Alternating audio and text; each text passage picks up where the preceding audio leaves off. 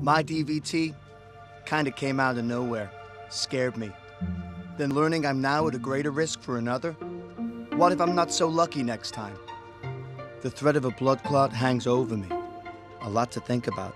So to help reduce my risk, my doctor and I chose Xarelto.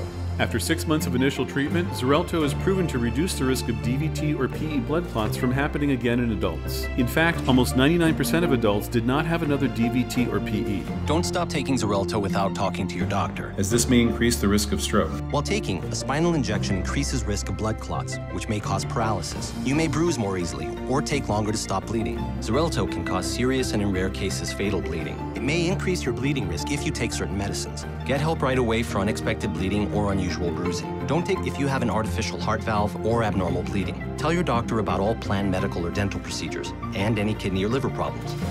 Help reduce your risk. Ask your doctor about Xarelto.